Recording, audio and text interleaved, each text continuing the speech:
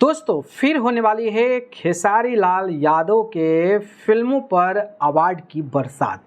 जी हाँ, एक बार फिर से खेसारी लाल यादव का जो फिल्मों का अवार्ड है उसकी कतारें लगने वाली है, उसकी लाइन लगने वाली है। मैं ऐसा क्यों कह रहा हूँ, इसके बारे में पूरी जानकारी बताऊंगा। नमस्कार, मेरा नाम पिंटू सिंह यादव है और आप सभी का भोजपुरी रिमझिम में स्वागत करते हैं।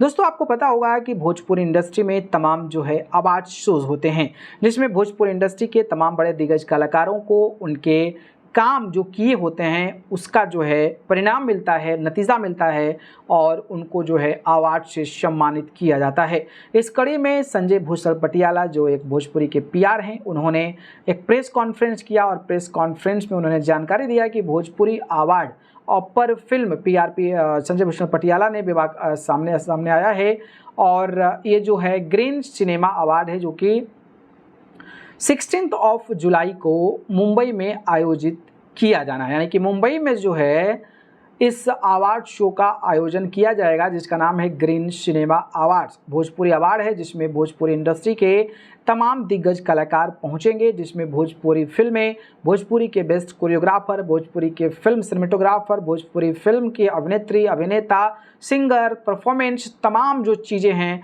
वो कहीं ना कहीं होने वाली है और वहाँ पर बड़े बड़े दिग्गजों को अवार्ड मिलने वाला है। इस कड़ी में मैंने जो स्क्रॉल किया तो स्क्रॉल करते समय मैंने देखा कि जो खेसारी लाल यादव की फिल्म डंस आई थी, उस डंस में जो अभिनेत्री नज़र आई थी जिनका मैंने इंटरव्यू भी किया था अपने चैनल पर, नाम है उनका श्वेता सेन। श्वेता सेन जी भी उन्होंने पोस्टर डाला है कि 16 जुलाई का जो ग्रीन सिनेमा अवार्ड होने वाला है उसमें जो है वो नज़र आने वाली हैं।